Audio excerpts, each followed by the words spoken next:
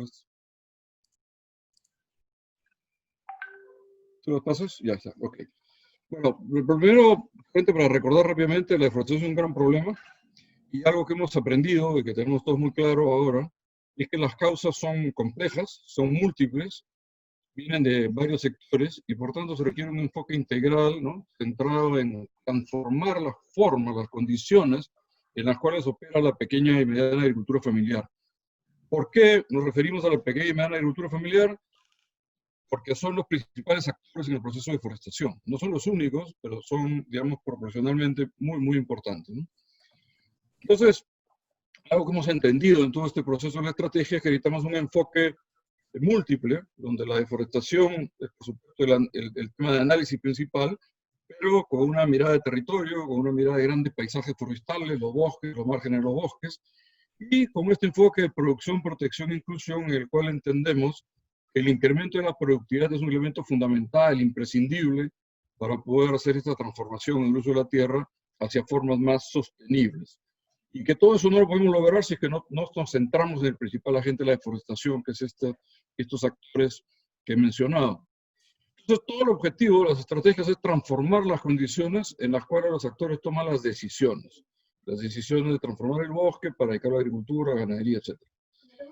Mucho tiene que ver, pasa con los suelos. El problema de los suelos, de la pérdida de capacidad productiva de los suelos, lleva a la expansión de los procesos de agricultura y ganadería para reemplazar suelos. De hecho, tenemos 9 millones de hectáreas forestadas y menos de 3 bajo uso agropecuario, ¿no? Solo eso ya nos debería dar bastante claridad de dónde está el problema. Pero la manera de no desperdiciar los suelos, de no degradarlos, de no tener que moverse, es primero escoger bien dónde hacer la agricultura, pero en segundo lugar, invertir lo que es necesario para poder mantener la capacidad productiva de los suelos. Y eso no se puede lograr si es que no producimos riqueza que permita también mantener la capacidad de los suelos. Si lo que estamos haciendo es perpetuar la pobreza moviendo de un lado a otro, no vamos a lograr ese cambio, ¿no?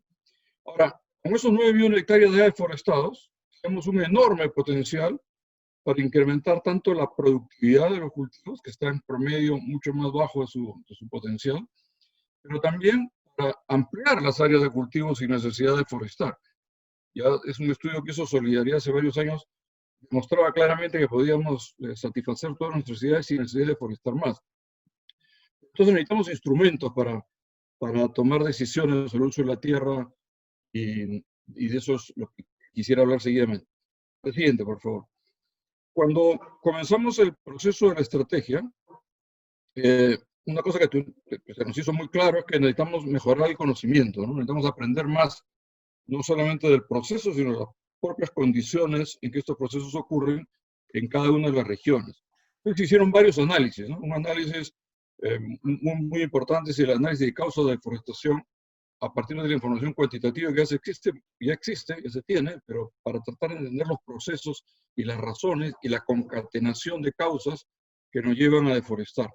El otro fue el análisis de cuello de botella para el proceso sostenible, y el tercero ha sido uno que en realidad no tiene un nombre fijo, pero que nos provee información sobre 3 o 4 cosas muy importantes, ¿no? Nosotros le llamamos originalmente polo de desarrollo, en realidad ahora le estamos llamando más polo de intensificación productiva sostenible, pero digamos, este es un análisis espacial de las regiones que nos ha permitido, por un lado, identificar lo que llamamos las unidades de desarrollo territorial, que son áreas dentro de cada región con condiciones más o menos homogéneas, en las cuales podemos plantear intervenciones más o menos comunes, por tanto. Pero dentro de ellas hay a la vez un conjunto de unidades socioambientales diferenciadas, como puede ser desde áreas protegidas hasta áreas de producción agrícola de pequeños productores, pasando por bosques de producción permanente, concesiones y todas esas formas de uso de la tierra y de los bosques.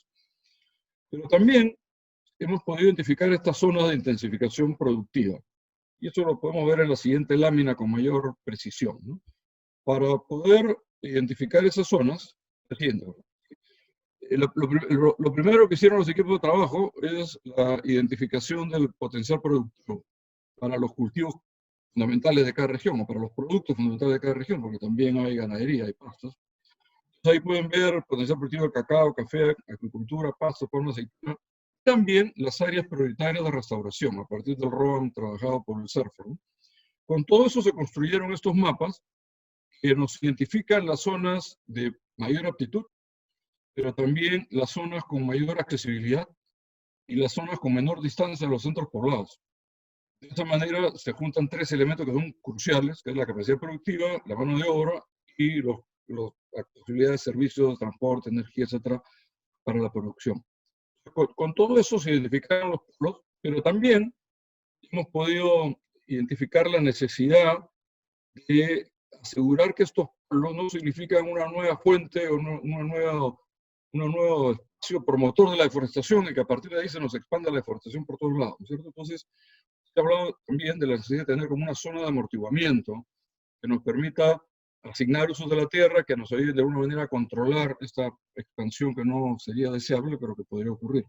Y en la siguiente lámina, lo que podemos ver es cómo esta identificación productiva también podría expandirse sobre todo sobre lo que llamamos los bosques más vulnerables. Y ese es el otro producto que ha salido de este trabajo que es muy interesante. Es una interpretación, digamos, gruesa, porque no tiene todo el detalle con el que se podría trabajar, pero que nos permite identificar en función a cuáles son los elementos claves para explicar la deforestación, como la presencia de asentamientos, los servicios básicos, las vías de acceso, la cobertura, la posibilidad de los suelos, la posibilidad de los suelos, etc.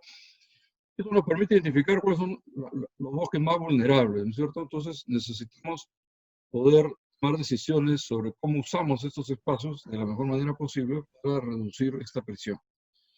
Ahora, cuando hablamos de la zona de intensificación productiva, estamos hablando de mosaico de uso de la tierra, en realidad, ¿no es cierto? Porque cuando uno ve un paisaje en una zona donde ya ocurrió la deforestación, va a encontrar desde fincas usadas de manera intensiva, hasta áreas de uso muy extensivo, a áreas de purmas, y también remanentes de bosques. Tenemos un mosaico en el cual específicamente tenemos que tomar decisiones dónde sí, dónde no podemos hacer determinadas actividades, ¿no? Para minimizar los riesgos de deforestación, pero también, y esto es muy importante, para poner los recursos en aquellos lugares que tienen mayor potencial para poder generar mayores beneficios para más población con menores impactos. Entonces, ahí tenemos un tema clave, que es las decisiones sobre la asignación del uso de la tierra. Y también eso implica decisiones administrativas, como las autorizaciones de cambio de uso del suelo, o las autorizaciones de desbosque, según se trate de áreas nuevas o de áreas que ya tienen propietario, tienen algún sistema de tenencia. Y en ese contexto es que encontramos que las metodologías por las cuales nos va a conversar Richard ahora, pueden ser un instrumento muy, muy importante para la toma de decisiones a este nivel en el cual nos encontramos ahora, ¿no? De alguna manera ya las grandes decisiones de dónde debería ocurrir, dónde no, más o menos están. Pero cuando bajamos la escala, nos acercamos al terreno, nos encontramos con que hay muchas decisiones más que tenemos que tomar y para las cuales no necesariamente tenemos la información ni las aproximaciones correctas. Entonces, bueno, muchas gracias por su tiempo y va a ser muy interesante escuchar lo que nos va a plantear Richard y luego poder conversar un poco más sobre eso. Gracias. Muchas gracias, Gustavo. A continuación quiero dar pase a Richard Vaca. Voy a dejar de compartir la pantalla. Richard, ya, puedes compartir tu pantalla.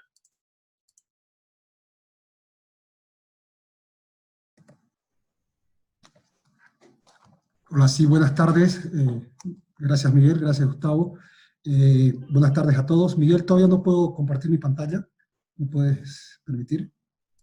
Sí, ya. Ahora sí.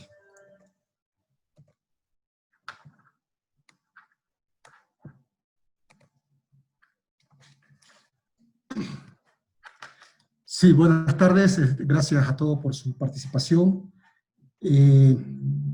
Como mencionaba Miguel, mi nombre es Richard Vaca, trabajo en la Fundación Lombriz de Tierra, o Earth One Foundation en inglés, por su nombre original en inglés. Somos una organización global, nuestra oficina central está en Suiza y trabajamos alrededor del mundo promoviendo cadenas productivas o cadenas de suministros sostenibles. Nuestro enfoque de trabajo es trabajar con empresas, trabajamos con empresas miembros alrededor del mundo, y lo que promovemos es que estas empresas en sus cadenas de suministro apliquen unas prácticas ambientales y sociales, con un enfoque fuerte en no deforestación y el respeto a las personas, ¿no? Entonces tenemos empresas miembros como Colgate, Nestlé, 3M, Cargill, etcétera, ¿no? Eso como introducción. Entonces, hoy voy a hacer esta presentación, como ustedes han visto en el programa, una primera parte donde voy a hablar sobre la metodología, sobre el enfoque de altas reservas de carbono, o High Carbon Stock Approach, ¿no? De dónde viene, qué es, cómo se está utilizando alrededor del mundo, y después voy a compartir la experiencia que estamos teniendo en Tocache, que ya hemos hecho un estudio y estamos en proceso de implementación, digamos, de este enfoque. Pero está en una fase muy inicial, pero ya tenemos algunas cosas para compartir con ustedes, ¿no? Entonces la presentación, aunque el mercado, y ustedes lo saben, tiene distintos requerimientos, más allá de los temas de calidad y de cosas comerciales, pero en cuanto a sostenibilidad tiene distintos requerimientos, hay mercados o empresas que te piden certificaciones.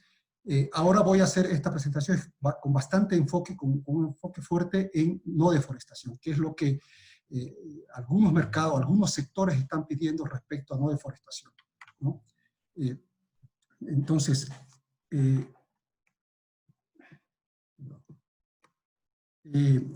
trabajamos, ¿no?, bajo el enfoque de compromisos de compra responsable, que tienen algunos requisitos o requerimientos respecto a temas ambientales, como la no deforestación o el no desarrollo de turberas, pero también temas sociales, como el respeto a las personas y de transparencia, ¿no?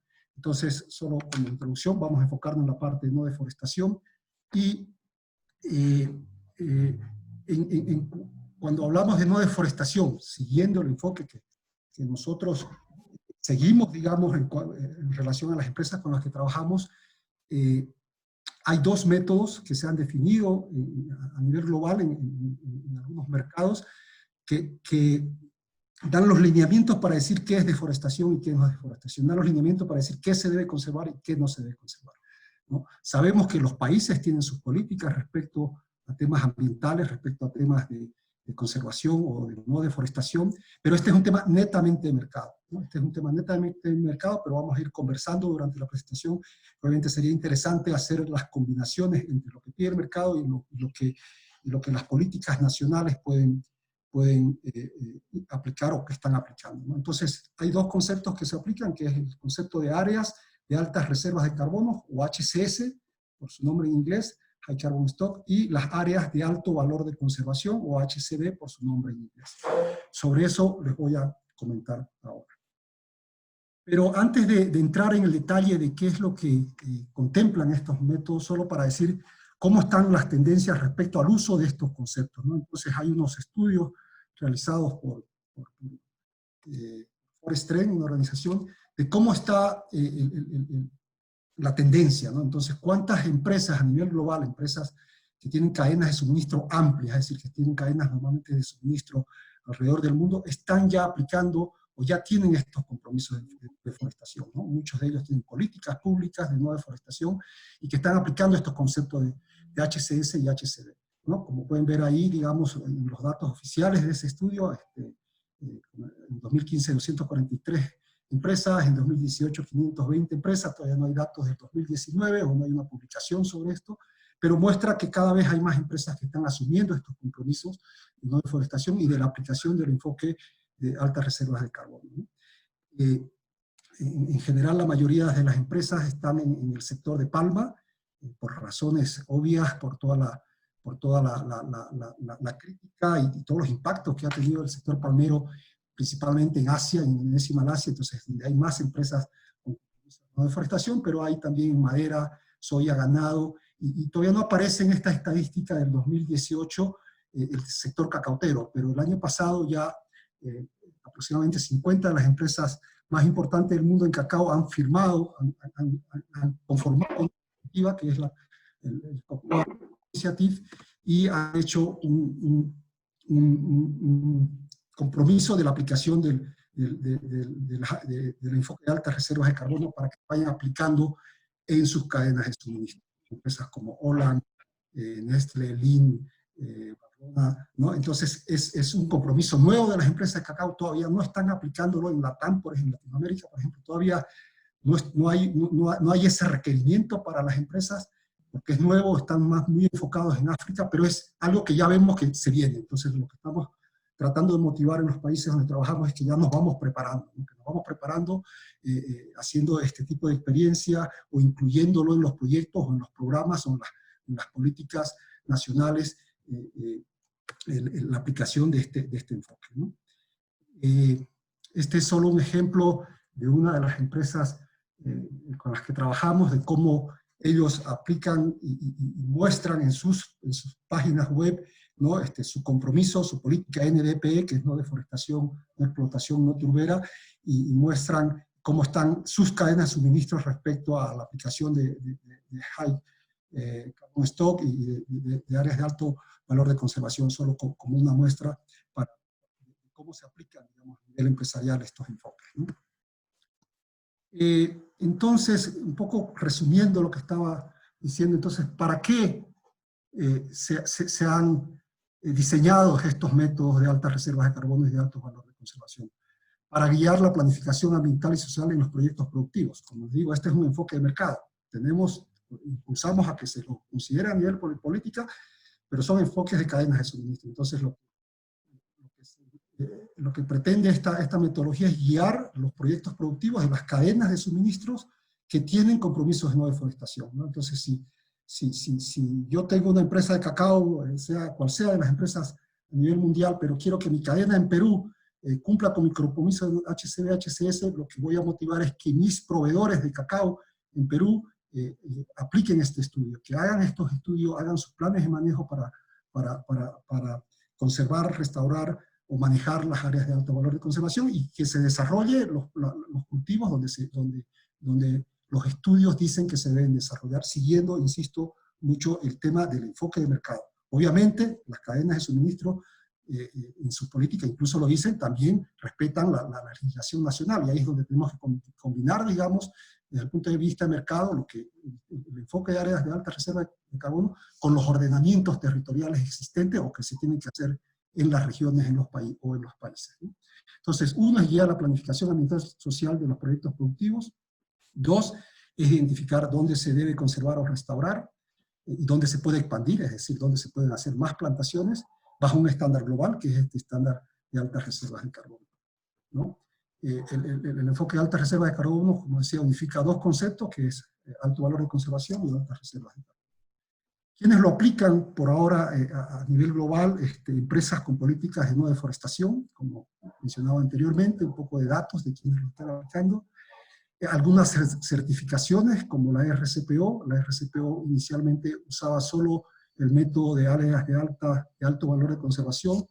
El año pasado ya incluyó en sus requerimientos también los estudios de altas reservas de carbono, ¿no? Pero así como RCPO, la certificación de madera, que la FSC en realidad fue la primera certificación que implementó el enfoque de área de alto valor de conservación, pero así hay otras, ¿no? Como el azúcar, el sucro, incluso algunos fondos financieros ya utilizan estos enfoques para asegurar que su financiamiento de proyectos productivos conserven biodiversidad, ¿no? Entonces, con esa introducción ahora, ¿qué es ABC y qué es áreas de alto valor de conservación y qué son las áreas de alta reserva de carbono? No voy a profundizar en temas muy técnicos, hay cosas muy biológicas, muy forestales, pero voy a hacer un resumen, digamos, de lo que contemplan estos dos métodos, ¿no? Entonces, el método de alto valor de conservación, el resumen, ahí está, lo pueden ver, el concepto ¿qué es un alto valor de conservación? Es un valor biológico, ecológico, social o cultural excepcionalmente significativo o de importancia crítica. ¿Qué significa? Que resalto este concepto que no solamente se identifica cuando se hace un estudio de alto valor de conservación en un área donde se quiere aplicar este concepto, no solo se ve el punto de vista biológico, ecológico, también se ve el punto de vista social o cultural. Entonces, el método ABC ha definido 6 tipos de ABCs, 6 tipos de áreas de alto valor de conservación para hacer una combinación, digamos, que contemple lo ecológico, lo social y lo cultural. Los primeros 3 ABCs, el ABC1, como pueden ver, diversidad de especies, el ABC2, ecosistemas mosaicos a escala de paisaje, y el ABC, ecosistemas y hábitats, tienen un enfoque en la parte biológica,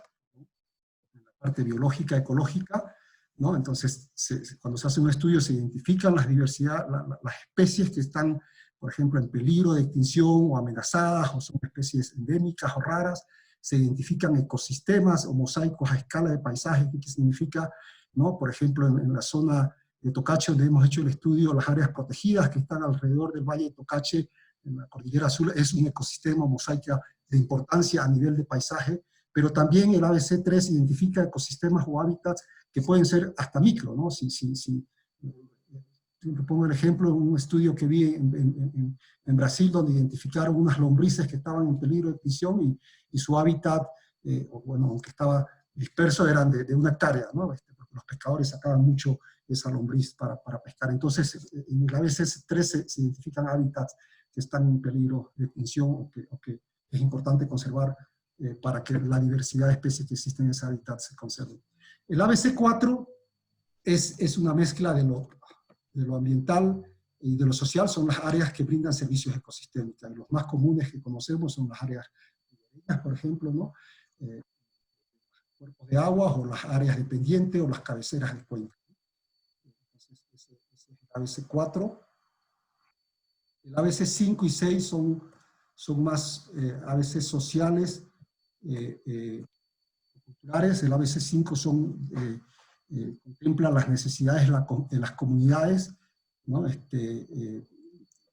Se aplica mucho esto, sobre todo donde hay comunidades indígenas o comunidades nativas, ¿no? Que necesitan áreas para conservar sus medios de vida, zonas de cacería, ¿no? Zonas de pesca, que son importantes para las comunidades. Y el ABC6 es cultural, ¿no? Como pueden ser sitios ceremoniales, etc. Entonces, cuando se hace un estudio de ABC, se hacen estos 6 análisis, y en función de eso, se definen las áreas a conservar, las áreas a manejar, las áreas a restaurar, o las áreas donde se pueden desarrollar los cultivos.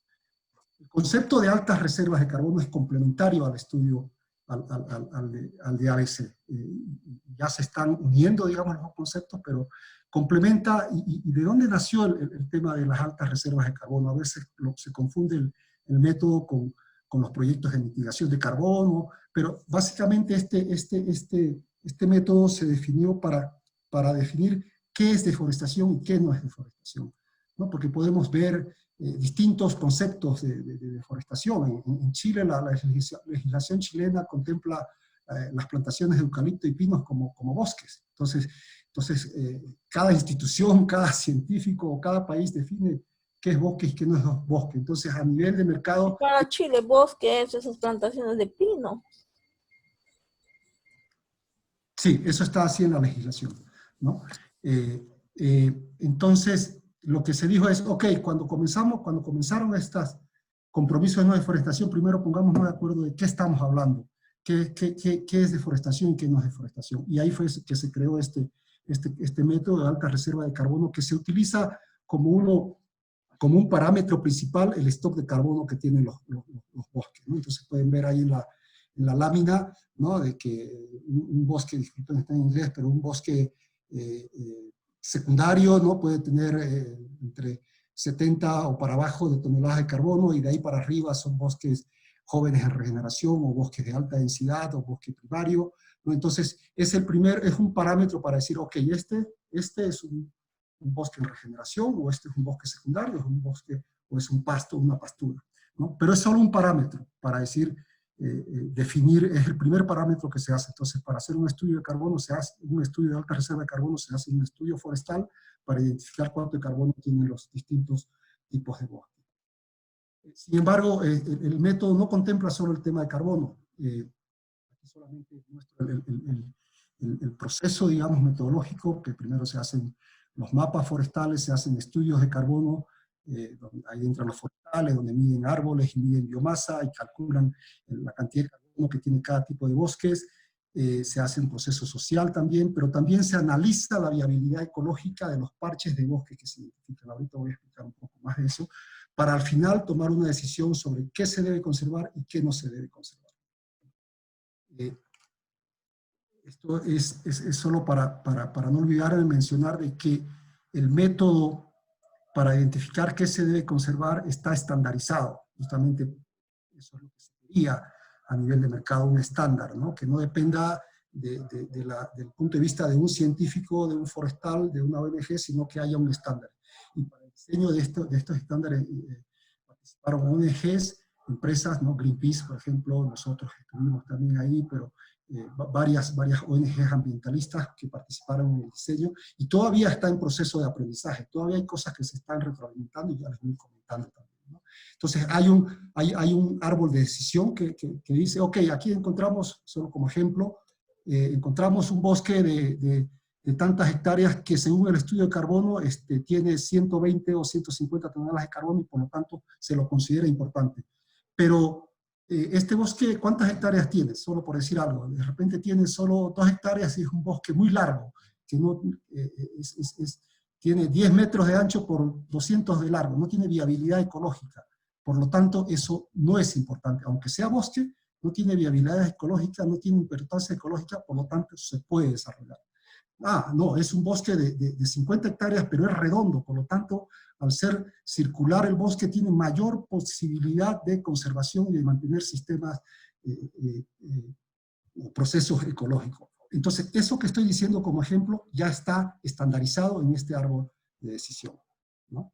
Un ejemplo gráfico, digamos, de cómo se define la importancia de parches de bosques pueden ser, por ejemplo, esto que se ha visto aquí como rojo, digamos,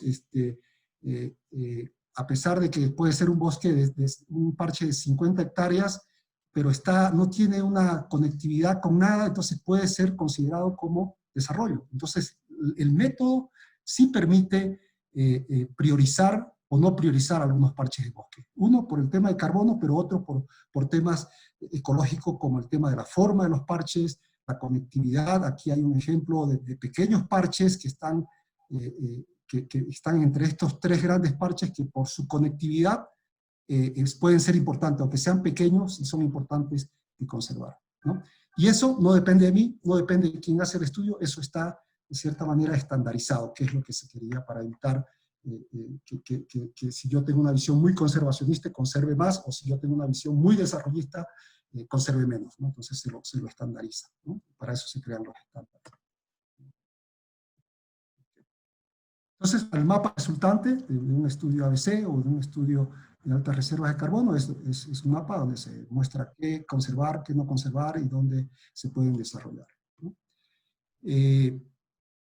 Entonces, inicialmente estos estudios se hacían a nivel de fincas o de predios, ¿no? Yo tengo mi finca de 1000 hectáreas donde tengo palma o tengo cacao, quiero que mi finca esté dentro de una cadena de suministro que cumpla con permiso de deforestación, hago un estudio en mi finca, y en mi finca de 1000 hectáreas identifico las áreas de alto valor de conservación y las áreas de alta reserva de carbono, los conservo, y ok, puedo vender mis productos mostrando de que estoy cumpliendo este estudio.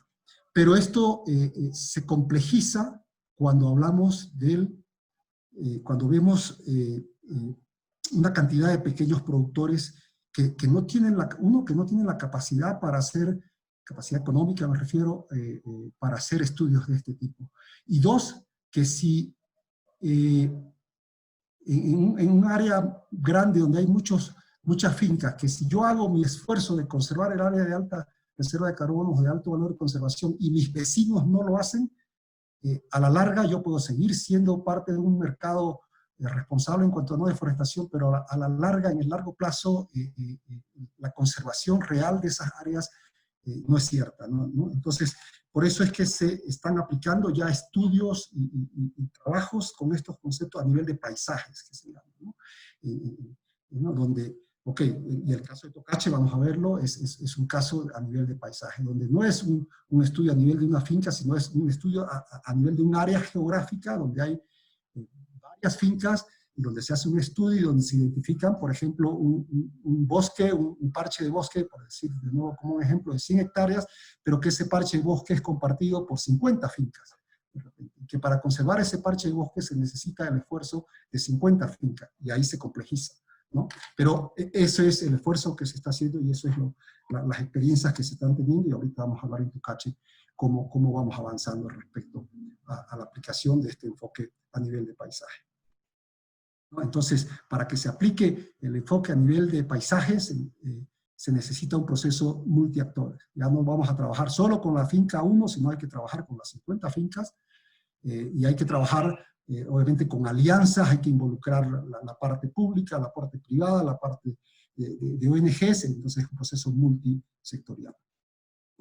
Esto solo para mencionar de que esta es una metodología estandarizada. Ustedes pueden ver, entrar en la página web de áreas de alto valor de conservación, pueden ver una cantidad de métodos, de guías, perdón, metodológicas. Hay una caja de herramientas para la identificación de áreas de alto valor de conservación, para el monitoreo de alto valor de conservación, para el manejo de los altos valores de conservación, lo mismo para el enfoque de reservas elevadas de carbono. Hay un kit de herramientas para los estudios, es muy forestal, hay unos 7 u 8 tomos, digamos, de documentos para estandarizar, ¿no? Y bueno, incluso hay un sistema de registro de los profesionales acreditados para hacer este estudio, justamente para asegurar credibilidad, digamos, de estos dos métodos. Hay una red global que acredita a los profesionales, que obviamente primero tienen que formarse, pero que al final son los que ponen la firma de que el estudio ha sido realizado siguiendo los estándares y los métodos definidos por la HCS global, ¿no? Ok. Eso como introducción. Bueno, tendremos oportunidad de aclarar algo si se me ha pasado en las preguntas, o ahorita mostrando el ejemplo de Tocache, tal vez puedo aclarar algunas cosas que de repente se me pasaron en la parte de la presentación del método HCS. Entonces, ahora voy a mostrar el estudio indicativo que se ha hecho en Tocache, ¿sí? Esto lo hicimos con un asesor licenciado, con Michael Hansby. Hace 2 años, el año pasado, hemos terminado el estudio, y estamos ya en proceso de ver la aplicación del estudio en Tocache. Voy a ir contando ahora, ¿no? Entonces, el estudio no está a nivel de toda la provincia de Tocache. Se identificó un área donde tiene el mayor potencial agrícola y el mayor potencial de expansión agrícola también, porque es donde tiene sentido hacer este tipo de estudios. Tiene sentido hacer un área, por ejemplo, un área protegida, ¿no? Que sabemos que se tiene que conservar. Entonces, ¿dónde es donde veíamos? Y como estos estudios están muy enfocados en cadenas de suministro agroalimentarias, entonces, ¿dónde hay mayor potencial de expansión y riesgos de deforestación? Ahí fue que se identificó 161.000 hectáreas, que principalmente en Tocache, pero también agarra una parte de Huánuco al sur, ¿no? Toma un 26% de la provincia de Tocache. Ustedes lo saben, es una zona de importancia agraria, tiene un hotspot de biodiversidad, está bordeado, digamos, el Valle de Tocache tiene al este un área protegida y al oeste otra área protegida, entonces es un área también de importancia de conectividad, y vamos a ver después los resultados. Entonces, y es un paisaje, porque hay empresas grandes ahí, con plantaciones grandes de palma, por ejemplo, pero es predominantemente de agricultores familiares. Es un estudio a nivel de paisaje, no es un estudio a nivel de predio, no se ha hecho para una finca, ¿no? Para un predio, sino a nivel de paisaje. Este estudio, los estudios a nivel de paisaje de HCS son nuevos, están en proceso Red Global está en proceso de diseñar y consensuar un método de trabajo a nivel de paisaje, porque antes se trabajaba de fincas o de predios. Entonces, ustedes pueden ver en la página web de HCS hay 4 estudios, trial projects, proyectos de prueba o proyectos pilotos.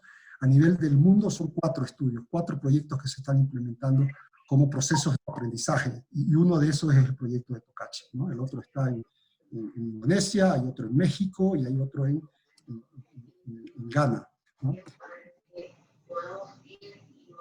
Instalamos 207 parcelas de medición forestal para identificar la cantidad de carbono que tienen los distintos tipos de bosques.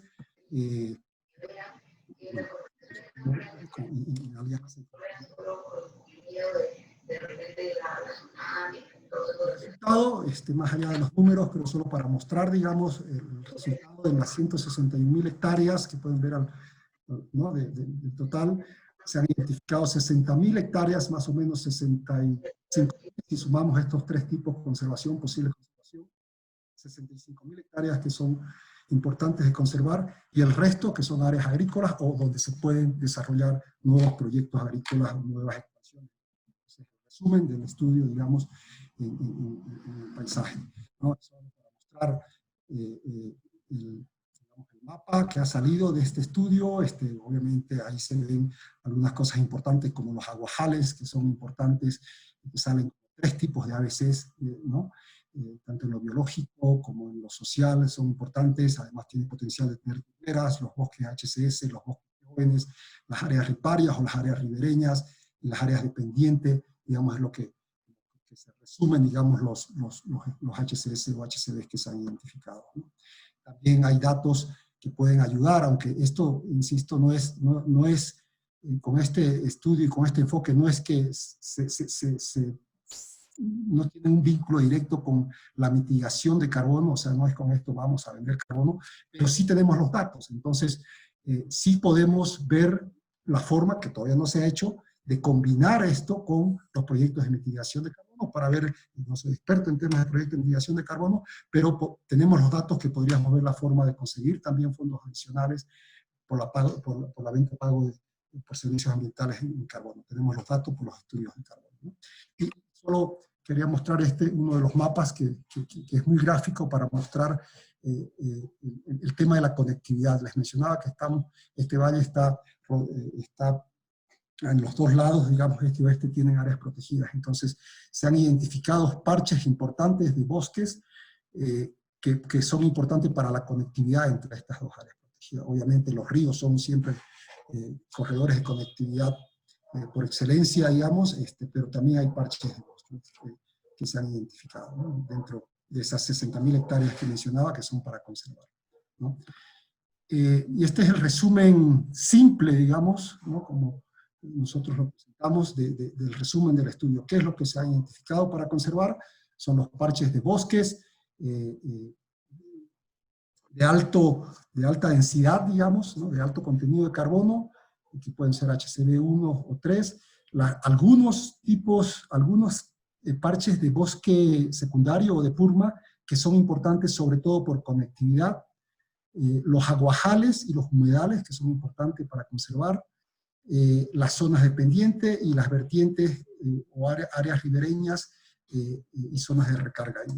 Ese es el resumen de las áreas que se han identificado que se deben conservar y en algunos casos restaurar, sobre todo cuando hablamos de áreas ribereñas que en muchos de los casos no están siendo manejados adecuadamente, ¿no? Hecho este estudio, estamos ya trabajando en cómo aplicar, cómo hacemos realidad la aplicación de este enfoque. Entonces, para eso manejamos dos enfoques, ¿no? Uno es el enfoque de cadena de suministro, por donde originalmente comenzó, digamos, el trabajo con HCS y en realidad como nosotros como EF hemos llegado, porque nosotros llegamos al paisaje en Tocache porque una de nuestras empresas miembros tiene su cadena de suministro en Tocache y quería aplicar el enfoque HCS para decir que su cadena de suministro está aplicando su compromiso de no deforestación. Así llegamos, pero en el proceso ya vemos la necesidad de trabajar con el enfoque territorial, que no solo la cadena de suministro aplique y conserve sus HCS, sino tratar de que realmente los HCS y los HCB se conserven en el paisaje, porque si no, de verdad que es un blef solo si se aplica a nivel de cadena de suministro. Entonces, en el enfoque de cadenas de suministro estamos trabajando con empresas de palma, ¿no? Comenzando, y esto es muy nuevo, o sea, no podemos decir que tenemos unos resultados grandes, pero ya tenemos algunas experiencias comenzando a trabajar con empresas de cacao, ¿no?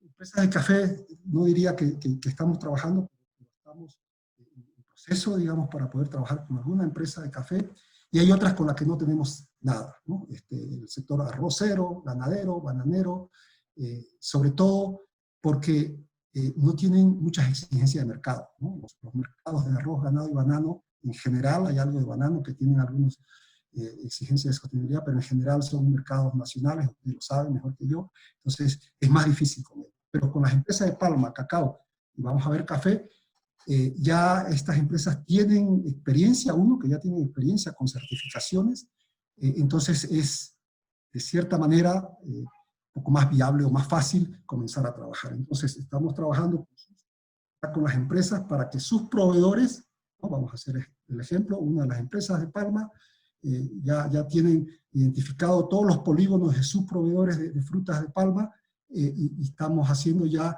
la aplicación del estudio en esas fincas, ¿no? Entonces, la participación obviamente de las empresas. Lo mismo en cacao, todavía no hemos llegado a hacer ningún plan de manejo a nivel de las fincas de cacauteros, pero ya estamos en ese trabajo, ya hay empresas de cacao, cooperativas de cacao que tienen interés en aplicar porque saben que se les va a venir, ¿no? Que ahorita todavía no le están pidiendo sus mercados, pero se les va a venir, porque ya han visto, ¿no? El compromiso que las empresas de cacao han hecho, ¿no? Y con café todavía. Entonces, ¿qué es lo que hacemos? Y voy a mostrar unas láminas más, es obviamente trabajar con los agricultores, tiene que haber proceso de sensibilización, no es solo llegar y decir, ok, hay que aplicar esto, y ustedes tienen ese proceso de reflexión con ellos, de sensibilización, para que a nivel de sus fincas hagan sus planes de manejo. Pero, como mencionaba, solo el enfoque cadena de suministro es importante, porque además creamos experiencias, creamos ejemplos, creamos buenos modelos para que se repiten en el resto del territorio. Pero no es suficiente. Entonces, por eso es que estamos impulsando tener un enfoque territorial. Entonces, para eso hemos hablado, junto con SPDE, principalmente que trabajamos con entidades de gobierno nacional y con entidades de gobierno local para que se cree un proyecto piloto, bueno, aunque esa no era nuestra idea inicial, pero en las conversaciones con las autoridades a nivel nacional y local, hacia eso va yendo, se crea un proyecto piloto que use el resultado de este estudio HCS-HCB como una capa o como un elemento más en los procesos de ordenamiento territorial en Tocache. No nos han dicho, ok, creemos un proyecto piloto y hagamos un ordenamiento territorial, una microzonificación en Tocache y que una de las capas sea el estudio HCB-HCS. No puedo decir que esto está súper avanzado, o sea, estos son conversaciones, ya han habido algunas comunicaciones, pero todavía recién están revisando el estudio, por ejemplo, ¿no? Ese es, por lo menos esta parte que estoy mostrando es lo que nosotros vemos como lo que se tiene que seguir, ¿no? Entonces creemos que a nivel de política pública en Perú deberían las recomendaciones que se considere este método como una capa más, ¿no? ¿Se puede mejorar, ¿no? Estoy seguro, o sea, hay las especialidades, hay muchos métodos de ordenamiento territorial, muchos métodos de zonificación, pero lo que nosotros decimos es, al menos consideren esto como una capa base, si lo quieren mejorar, perfecto, y de manera que digan, en este caso, el paisaje de Tocache, la provincia de Tocache, está cumpliendo con el requerimiento de mercado HCD-HCS, y probablemente hacen más, pero no menos, ¿no? Entonces, estamos en ese proceso de trabajo con el MINAM y con la Municipalidad de Tocache. Entiendo que la Municipalidad de Tocache ya envió el estudio al gobierno regional de San Martín para que lo tomen, para que lo comiencen a analizar, ¿no? Ese es el proceso que estamos haciendo. Es muy inicial todavía, ¿no? Obviamente somos parte de la coalición pública-privada, por lo tanto trabajamos en alianzas con ONGs. Este webinar es una muestra de esa alianza, ¿no? Con el Innovation y con SPDE. Y esta estrategia de intervención a nivel de cadena de suministro y a nivel territorial es importante que tenga algunas bases o algunos sistemas complementarios, unos sistemas que impulsen la aplicación, porque uno es difícil primero hacer la zonificación, o sea, todavía estamos en esa parte, ¿no? A nivel territorial estamos viendo de que se lo apliquen en la microzonificación. A nivel de las empresas estamos impulsando para que hagan los planes de manejo. Entonces, eso es difícil hacer los planes de manejo, porque al final de cuentas los planes de manejo de la finca es una zonificación de la finca. La zonificación a nivel de Tocache es otra zonificación. Es difícil, pero lo más difícil después es que se aplique. Y por eso es importante crear sistemas, ¿no? Y uno de los sistemas claves, y eso no es invento, digamos, eso las experiencias lo dan, se deben crear sistemas de incentivos. Creemos que tiene que ser multiactores y multitemáticos. Y después explicaré un poco más por qué el multiactor y multitemático.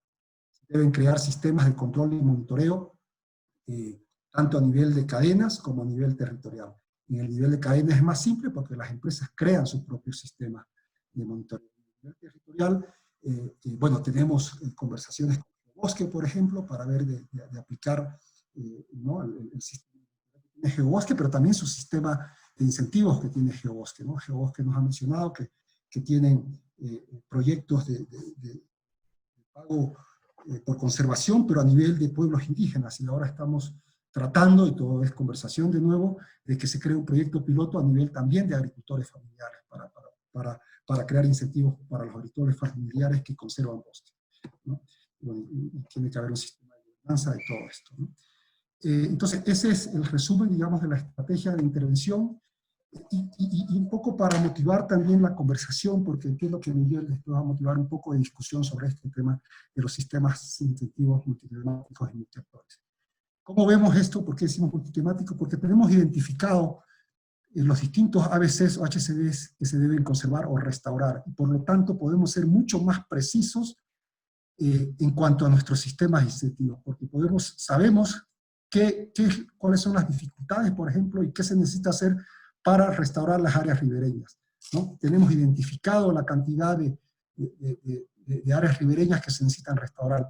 Tenemos identificado la cantidad de bosques que se necesita conservar. Entonces tenemos esos datos y pueden haber distintos programas, herramientas o proyectos para incentivar la conservación o restauración de estos tipos de ABCs, ¿no? Por ejemplo, para los parches de bosque, los programas de incentivos por conservación, como el caso de Geobosque, o como el caso del Forest Conservation Fund, que también paga por hectárea conservada, que también estamos en conservación, en conversación. Pero así, y no voy a leerlos todos, pueden haber distintas estrategias, solo voy a leer este segundo más, ¿no? Y esto lo saben ustedes, seguramente están contemplados en las estrategias de desarrollo rural bajo en emisiones, ¿no? Programas de manejo de bosques en pie, como cría de abeja, aprovechamiento de aceites vegetales, etc. Entonces, lo que queremos motivar es aunar esfuerzo, y por eso es multiactor, ¿no? Para que, ok, yo tengo este proyecto, ustedes tienen los datos, cuántas hectáreas y cuántas fincas necesitan restaurar la ribereña, aunque son 500, porque eso me recuerdo, 550. Ok, vamos con este proyecto de restauración de áreas ribereñas, ¿no? Entonces puede ser una o dos instituciones. Reforestación de bambú, entendemos que el Boresán tiene un proyecto, entonces cada proyecto, cada programa gubernamental, no gubernamental puede contribuir y juntos hacer este sistema multiactores. Y multitemático porque puede haber uno de conservación, puede haber uno de restauración, puede haber uno sobre temas financieros, por ejemplo, tenemos conversaciones, creo que está Manuel Villapatiño aquí también, no podemos decir que ya esto está consolidado, todos son conversaciones, estamos hablando con Alteria Mirova para ver algún proyecto de créditos que motiven, que sean un incentivo, obviamente para el desarrollo agrícola y económico de los agricultores en Tocache, pero con el enfoque de incentivos para la conservación, con el enfoque de que se conserven los HCD. Entonces, ese es otro ejemplo, digamos, de la asistencia técnica, y seguro que hay otras ideas más, ¿no? Entonces, eso es lo que queremos motivar a que se construya y se implemente en Tocache, para que en la segunda fase, que es la implementación, que va a ser la más compleja, la implementación es compleja, pero la implementación es más compleja, ya estemos preparados para esa fase de implementación. Ok, y no sé cómo estoy de tiempo. Ok, tengo 5 minutos más. Entonces, otra cosa práctica, que ya es parte de lo que hemos hecho, sobre todo con las cadenas de suministro con las que estamos trabajando y con las empresas con las que estamos trabajando, es cómo aplicamos el estudio en campo, ¿no? Porque son 160.000 hectáreas, cómo se va a aplicar en campo. Entonces, para eso, y eso también está en un requerimiento de la red HCC, se ha creado un protocolo de aplicación del estudio ya a nivel de fincas, ¿no? Y esto es súper técnico, lo voy a pasar rápido, pero porque lo importante es entender de que esto es para que se aplique el estudio a nivel de finca, ¿no? Entonces, ¿por qué se requiere un protocolo HCD a nivel de finca? Porque se requiere un estándar básico de aplicación a nivel de finca. Porque el estudio HCD es a nivel de paisaje y es indicativo, es una escala grande. Porque se requiere validar en las fincas, ¿no? El estudio, y porque se requiere discutir y acordar con los agricultores un plan de manejo. Porque insistimos que no es cuestión de caer con el estudio a los agricultores, no, tiene que ser un proceso, uno de sensibilización y reflexión, pero también de discusión y de acuerdos con los agricultores. Un ejemplo es que está en algunas de la elaboración de los planes de manejo de finca, es que en un área ribereña que se quisiera que se restaure porque estaba deforestado, porque estaba... entonces el agricultor tenía, no sé, unos 300 metros, decía, ok, no, de verdad que yo quisiera esto restaurar, pero no puedo hacerlo ya, ok, entonces hagámoslo gradualmente, que lo hagan en 4 años o en 3 años, ¿no? Entonces cosas así son parte de la reflexión y de la negociación también con los agricultores, porque no podemos no tomar en cuenta la realidad que tienen los agricultores. ¿Cómo se aplica el protocolo HCS en finca? Bueno, esto es cuando ya presentamos a las empresas que quieren aplicar esto. Este es el paso que siguen. Uno es tener los polígonos de la finca que quieren ser sostenibles.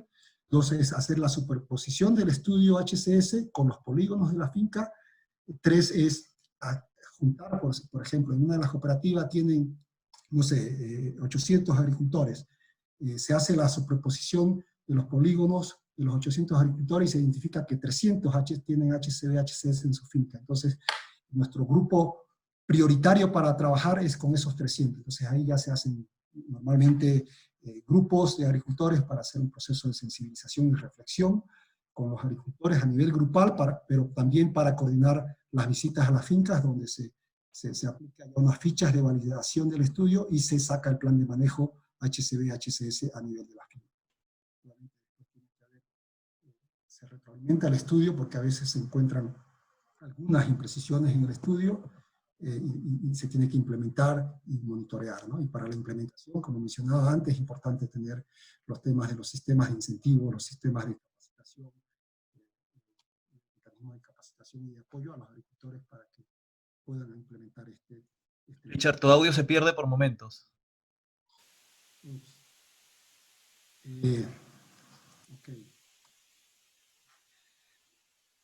Entonces, en la fase 1, es solo como un ejemplo de la toma de polígonos, ¿no? Este es un ejemplo con Grupo Palmas, por ejemplo, que es una de las cadenas de suministro que está en proceso de aplicación de este enfoque, ¿no? Se identifican las fincas, ¿no? Y este es un ejemplo de una de las fincas donde el señor X, digamos, tiene estos HCS y HCBs y el resto tiene para hacer sus cultivos de palma, cacao o lo que sea, ¿no? Entonces hacemos procesos de reflexión como estos, mencionadas grupales, en las visitas a las fincas se llena una ficha, pero se hace un plan de manejo, ¿no? Como pueden ver a la derecha, ¿no?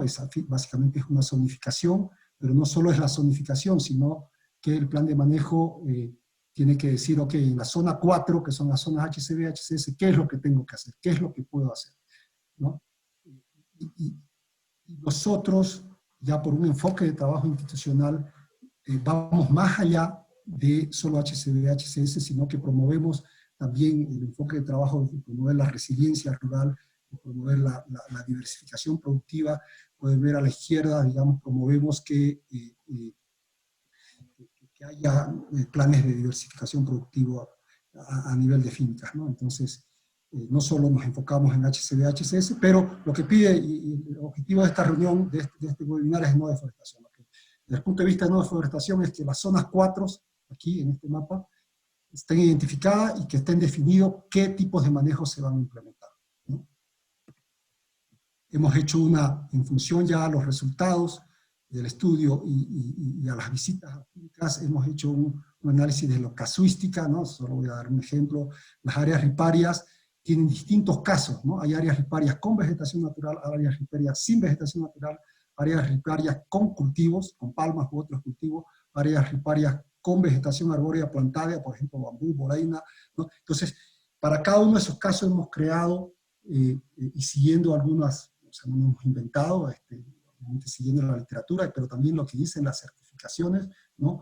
Las opciones de manejo que pueden tener los agricultores, ¿no?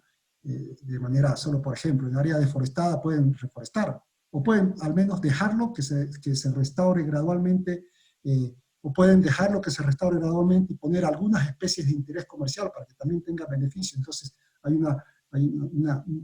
una serie de recomendaciones genéricas que los agricultores pueden seleccionar o incluso mejorar algunas de esas, y decir, esto es lo que yo voy a hacer en mi finca.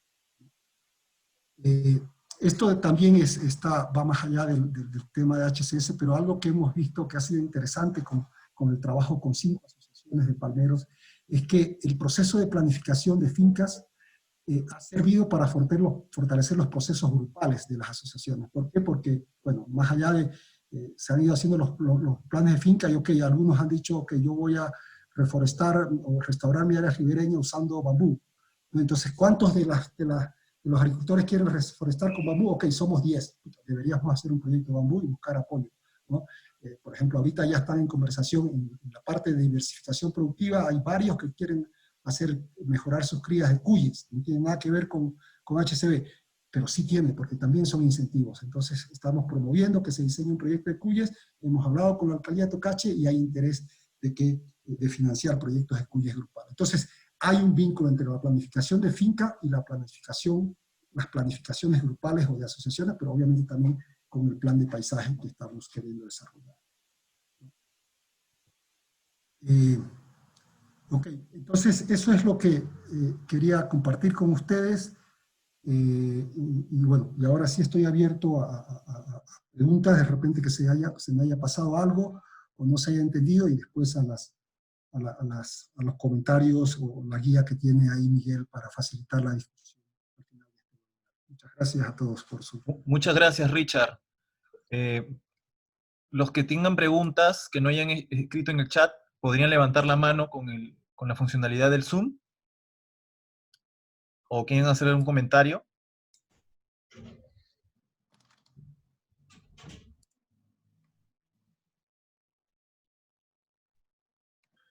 Bueno, Richard, tenemos 2 preguntas. Voy a compartir la pantalla para que las podamos leer.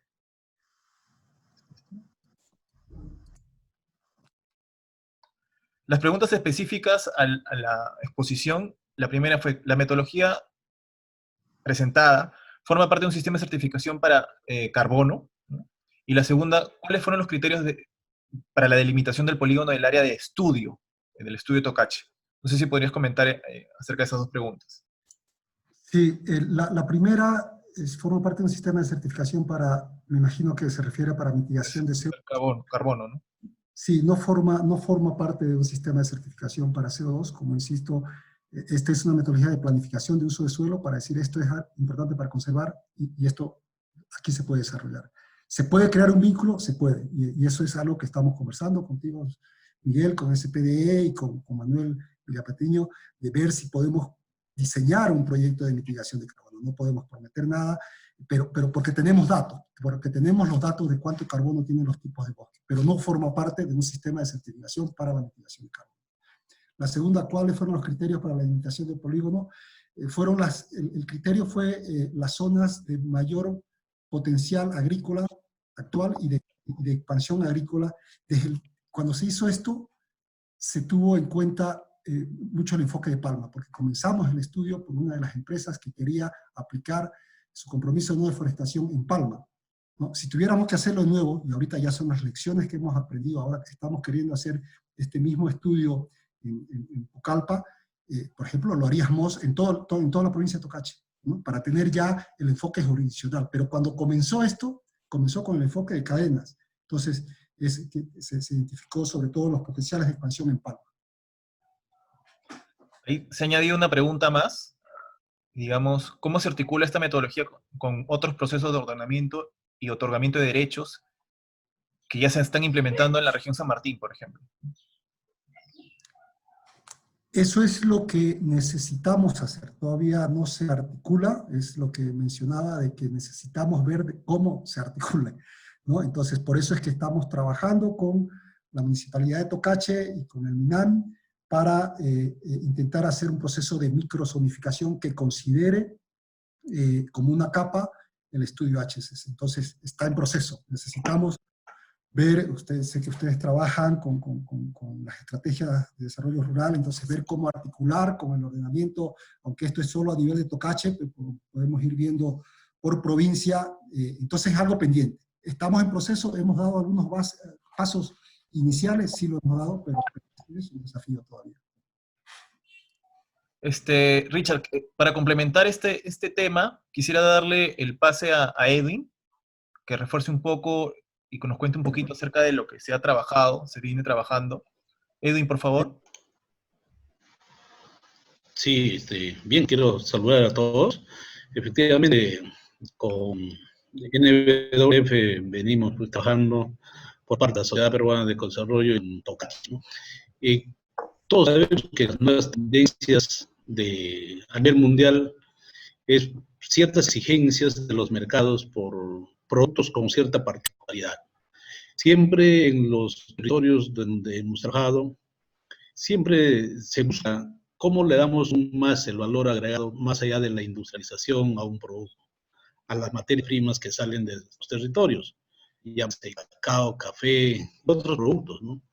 Y en ese contexto, justamente haciendo todo un análisis, encontramos que la metodología aceptada como territorios no de deforestación es esta, la HCS-HCB, ¿no? Y por eso justamente nos unimos a trabajar a EF, porque consideramos que también es una forma de darle un valor agregado a los productos.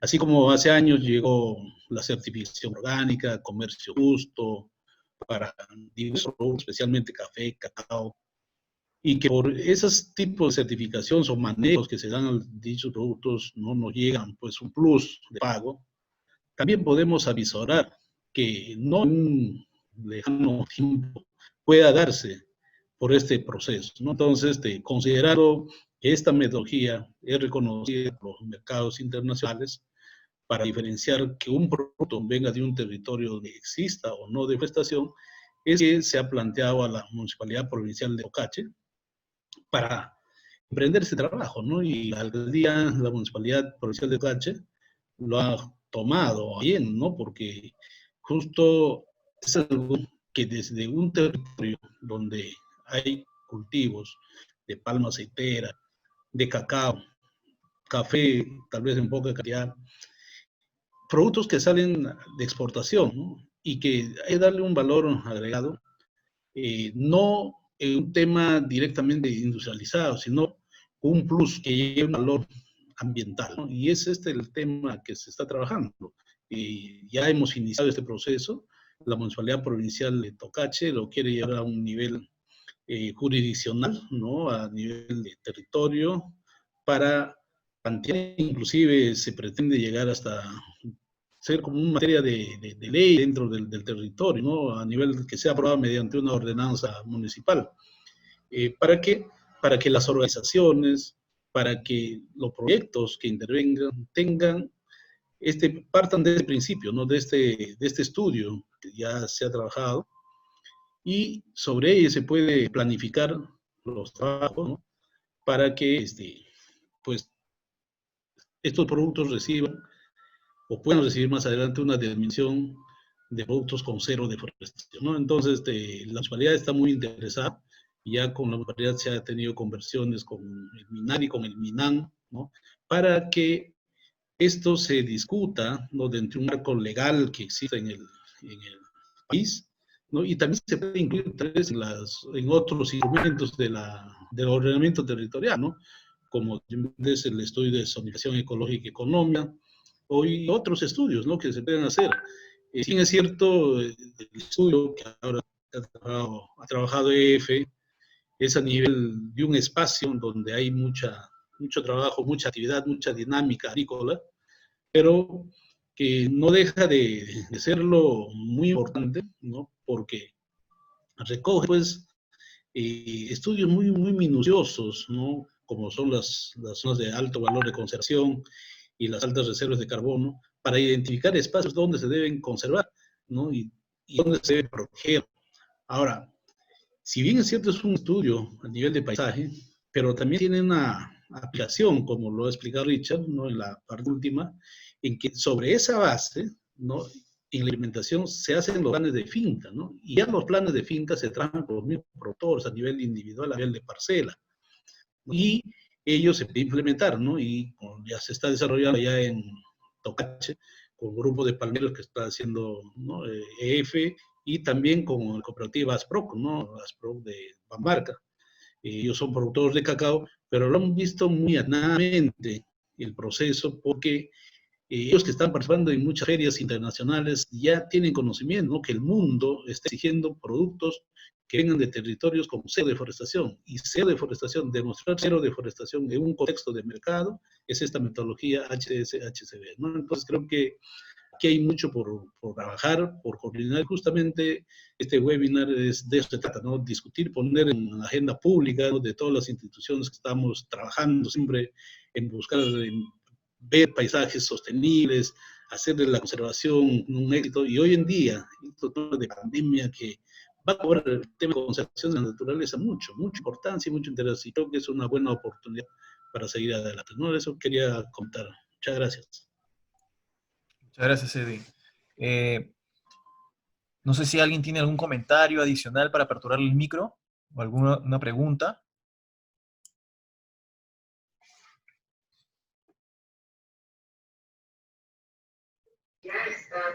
A ver, Daniel Vázquez, no sé si me están escuchando, ¿me escuchan? Daniel, te escuchamos. Adelante, por favor. Yo he escuchado detenidamente la exposición, me parece una excelente metodología, pero yo teniendo un gobernador bastante pragmático y justamente viene de Tocache porque él trabajó la zonificación ecológica y económica con el IAP a nivel meso. Entonces, de ahí es que se sabe de que 800 metros hacia arriba es café, la parte baja es cacao, y la ganadería un poco se trató de ordenar, porque hubo de 650.000 hectáreas que tiene Tocache, yo me recuerdo claramente que hubo casi un 40% de deforestación por el tema de la coca, y por hacer también ganadería en la parte alta, ¿no? Entonces, mi pregunta sería en primer lugar, cuando hablan los abogados, hablan de jurisprudencia, ¿no?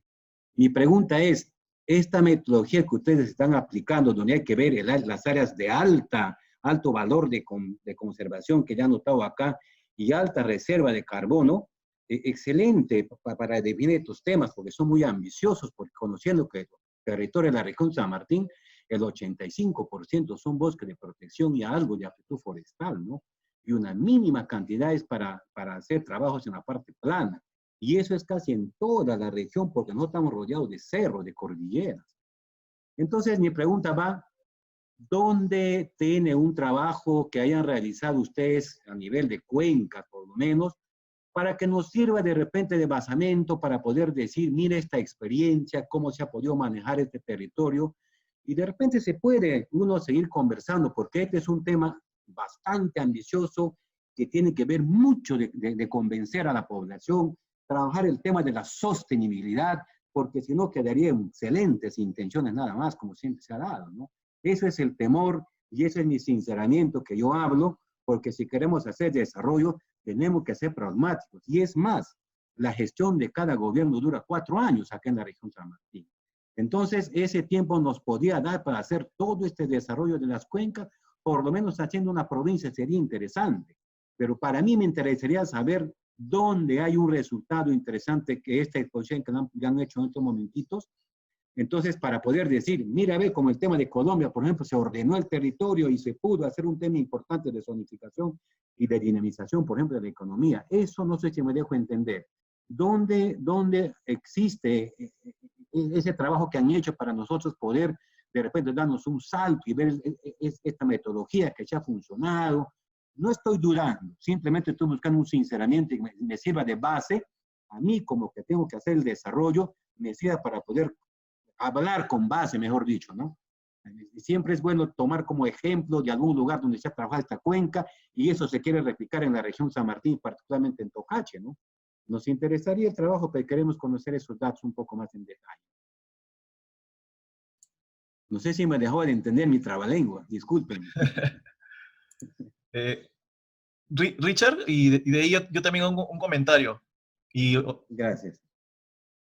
Dale, Gustavo, dale, Gustavo. Sí, bueno, yo creo que la pregunta es más para Richard, pero yo podré explicar si hay algún lugar donde ya estos temas adelantados y se pueda ver, como plantea Daniel. Pero yo quiero decirle a Daniel que comparto totalmente su preocupación y su aproximación. Y yo creo que justamente en el tema de la zonificación hay que bajar un poquito de la teoría a la práctica y hay que bajar al terreno, ¿no es cierto? O sea, la planificación a nivel macro es muy interesante para definir cosas grandes. Por ejemplo, dónde ponemos los bosques de producción, o dónde ponemos las áreas protegidas, etcétera.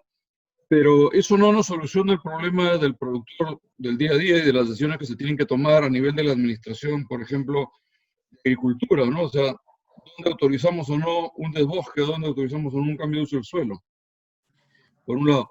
Y por otro lado, hay que partir también de que la realidad ya está dada, ¿no es cierto? O sea, lo que ya está deforestado, ya está deforestado. Las áreas de mosaico, donde tenemos esa combinación de usos de la que yo hablaba y que se muestra también en los mapas que ha presentado Richard, es lo que tenemos delante. Y es sobre ese territorio que tenemos que tomar decisiones ahora. Entonces yo concuerdo que hay que ser pragmático, pero hay que tener una base para tomar esas decisiones. Entonces mi apuesta, creo que es más alta que la de Airworld Foundation inclusive, es que usemos un instrumento como este para tomar las decisiones que actualmente no se están tomando por falta de instrumentos, como es la decisión de autorización de cambio de uso. Esa decisión está paralizada, porque hay un reglamento que no se termina de aprobar, ¿no es cierto? Y yo creo que el problema ahí es cómo nos aproximamos al tema de tomar esa decisión. Y yo creo que ese instrumento está en la línea de lo que necesitamos. Es decir, definir de lo que tenemos en el territorio, de los bosques que están en este territorio ya intervenido, porque no estamos hablando de las áreas que son puro bosque, estamos hablando de las áreas donde ya hay una intervención sustantiva en el paisaje y en la cual necesitamos poder tomar una decisión debidamente sustentada. Entonces yo creo que esta aproximación, no sé si exactamente la metodología tal como está, yo no le encuentro problema, la verdad yo la usaría, pero esto debería convertirse en un bien público, es decir, se debería hacer un análisis de este tipo en todos los espacios que son mayormente de uso, vinculado a lo que yo mencioné hace un rato, a la zona de intensificación productiva. En ese espacio deberíamos hacer como un bien público este análisis, y eso se aplica luego a todos los actores que están en la zona. Y esa sería la forma en que el gobierno puede ayudar a ordenar el uso de la tierra. Cada uno la aplicará, cada actor la aplicará, pero ya tenemos un patrón común para todos, ¿no es cierto? Además está validado globalmente y tendrá una influencia en la posibilidad de certificación, de acceso a mercados, etc. Yo lo veo como algo sumamente potente, ¿no? Si es que se convierte en un instrumento que se maneje a ese nivel y consideramos que producir esto no es algo que le tenga que costar a cada actor, sino que puede ser un bien público y por tanto una inversión pública, ¿no? Gracias. Gracias, Gustavo. Gracias por aumentar la ambición a las metas. Daniel, gracias por el comentario. Gusto de verlo de nuevo. Como dijo usted, asincerémonos, ¿no? Como lo mencioné en una de las láminas, siguiendo el enfoque HCB-HCS con enfoque de paisaje, son proyectos pilotos nuevos. Entonces no le puedo decir, acá está funcionando, ¿no? En Latam es de los primeros proyectos, es más avanzado. Hay otro en México, pero que ni siquiera han hecho el estudio de HCB-HCS. En Latam, en Latinoamérica, el caso de Perú es el proyecto ejemplo, digamos, ¿no? Siguiendo el método de HCB-HCS, ¿no? Seguro, y yo no puedo hablar por otras experiencias, seguro otras organizaciones tienen experiencias en planificación de uso de suelo con enfoque de conservación. Sé que Conservación Internacional, WWF, algunas instituciones seguro que tienen experiencia. Nosotros trabajamos con enfoque de HCB-HCS, entonces no puedo decir, acá ya está esto, ya esta experiencia HCB-HCS ya está aplicada a nivel de paisaje y este es el resultado, ¿no? Lo que sí podemos decir es que a nivel de fincas ya estamos avanzando. Lo más complejo a nivel de paisaje, como decía, ¿no? Ya podemos hablar de fincas que están haciendo, que tienen sus planes de finca, asociaciones que están usando sus planes de finca para hacer sus proyectos asociativos, ¿no? Pero no puedo responder lamentablemente, aquí esto ya está funcionando, ¿no? Pero sí a nivel de finca, ¿no? Yo quisiera hacer un comentario para complementar y aprovechar la pregunta que hay en el chat, que dice si el instrumento High Carbon Stock Approach y altos valores de conservación puede ser usado para generar incentivos económicos, acceso a financiamiento para desarrollar una economía verde o cero deforestación. Y bueno, cuando hemos ido a campo, cuando han ido a campo el World Foundation, el equipo, una de las mayores resistencias que se tienen con los productores es, cuando hablamos de cero deforestación, es que me reduces el espacio para que yo pueda producir, ¿no? Y digamos, este esquema se le ha vendido a las empresas que firman sus compromisos de no deforestación y que impulsan esto lo ven más como una imagen, ¿no? O sea, se ve como una imagen, ¿no? O sea, un posicionamiento a nivel global de que la cadena de la empresa transnacional está siendo responsable ambientalmente, no está generando deforestación, porque esto a nivel de imagen les ha impactado. Y bueno, y lo que impacta a nivel de imagen también les impacta a nivel financiero, ¿no? Entonces, cuando vamos a la base de la cadena, digamos, al nivel de pequeños productores, y les decimos, tienes que implementar estas buenas prácticas, estas nuevas tendencias, y llevar tu producción a cero deforestación, a libre deforestación, ellos lo ven como un costo, como una restricción.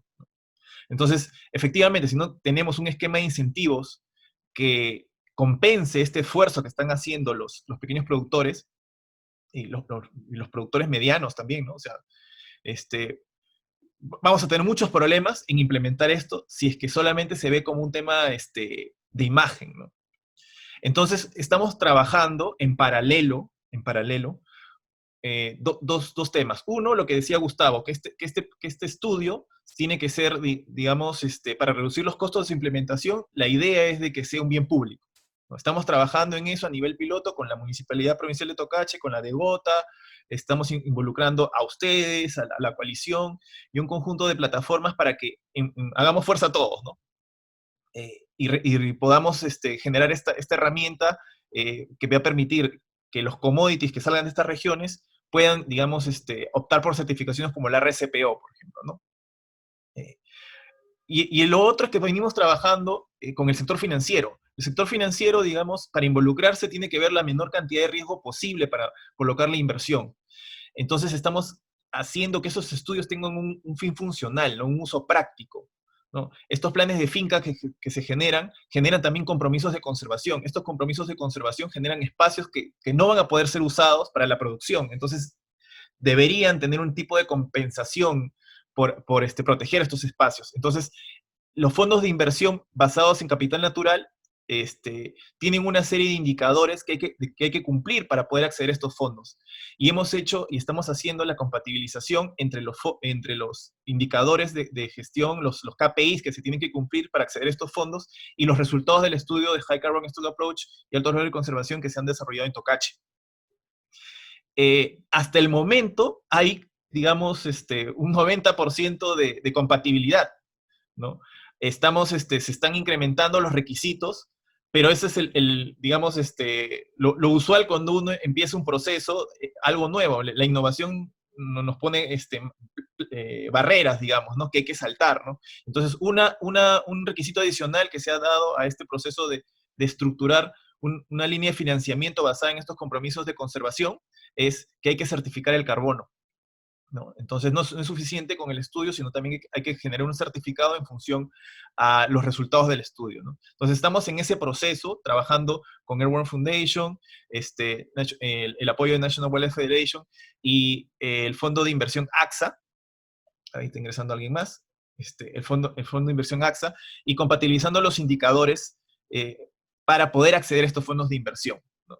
Se requiere volumen, se requiere formalidad, ¿no? Que son cosas que no existen, digamos, en toda la extensión de los territorios donde intervenimos, ¿no? O sea, formalizar al productor es un paso que tenemos que dar, es una parte del checklist que tenemos que dar, ¿no? Entonces estamos en ese proceso, estamos construyendo esta estructuración financiera que va a permitir, digamos, impulsar estos procesos y ser un componente adicional para también la implementación de las estrategias, ¿no? No sé si se me va algo, Richard, o creo que con eso vamos bien. Yo sí quería intervenir en el sentido de que si nosotros somos región, nosotros tenemos nuestras agencias de desarrollo económico en cada provincia. Y creo que tenemos que tener involucramiento al trabajo que vienen haciendo ustedes. Entonces, porque nosotros tenemos el proyecto de café y tenemos el proyecto de cacao. Y tenemos también algunos proyectos Bauxumi, por ejemplo, en la parte alta de Tocache, ¿no? En Xunté. Entonces, y qué mejor con la orientación de ustedes, podemos ir aterrizando estos temas que ustedes están hablando, ¿no? porque ya tenemos nosotros, como la palabra creo más clara es, llegada con las organizaciones para que les sea más fácil a ustedes también. A nosotros nos va a servir mucho el trabajo que vienen haciendo. Entonces, acabo de pensar, repensar y decir que no podemos ser un mundo aparte, al contrario, tenemos que sumar esfuerzos acá, ¿no? Igual también tenemos llegada con los de Palma Aceitera.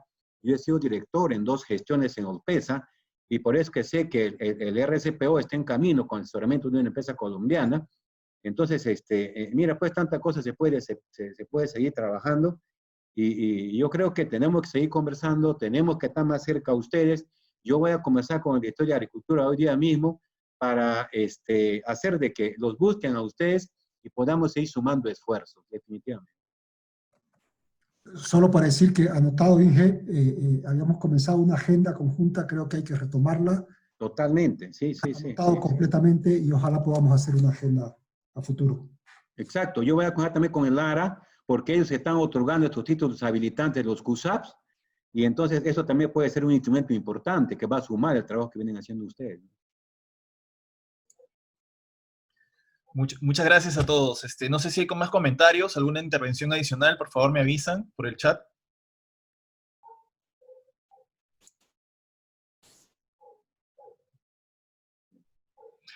Esta presentación ha sido grabada. Gustavo, ¿sí? Hay una pregunta, Miguel, de una persona que no sé si lo han abordado. Dice, para el caso de 161.000 hectáreas, ¿cuáles son las tipologías de parcelas o finca en términos de áreas predominantes? Ok, puedo responder rápido para que Gustavo, entiendo que quiere hacer algún comentario. No tenemos un análisis de parcelas de todo el paisaje, sí de las parcelas de las cadenas de suministro que ya están en proceso de aplicación, ¿no? Básicamente palma y algunas de cacao. Entonces, ahí en promedio, más o menos, es como de 25 hectáreas el tamaño de las fincas. Dale, Gustavo. Si me permites, Miguel, rápidamente, yo solamente quería hacer un comentario con relación a lo que había planteado Daniel, ¿no? Justamente la idea de esta conversación que hemos tenido hoy día, que surgió hace unos pocos días muy rápidamente, es tratar de poner en contacto estas experiencias con los procesos de las estrategias de desarrollo rural bajo emisiones que están ocurriendo en cada región, que se están elaborando en cada región. Porque justamente creemos que muchas de estas cosas que hemos conversado hoy día deben ser parte de las estrategias y deberían ser, digamos, como el inicio de un conjunto de proyectos que se pueden llevar adelante, no solamente con las organizaciones que estamos acá, sino con muchas otras, para poder implementar las estrategias, ¿no? Creo que justamente estas alianzas que se están forjando es parte de lo que necesitamos promover para poder aterrizar todas las buenas intenciones que todos tenemos. Y nuevamente, bueno, parte nuestra, Arte Innovation Institute, agradecerles a todos por su participación. Bueno, si no hay más comentarios, vamos a hacer llegar el webinar grabado a través de un link de descarga a todos. Vamos a continuar con esta agenda extendida que ha planteado el ingeniero Daniel.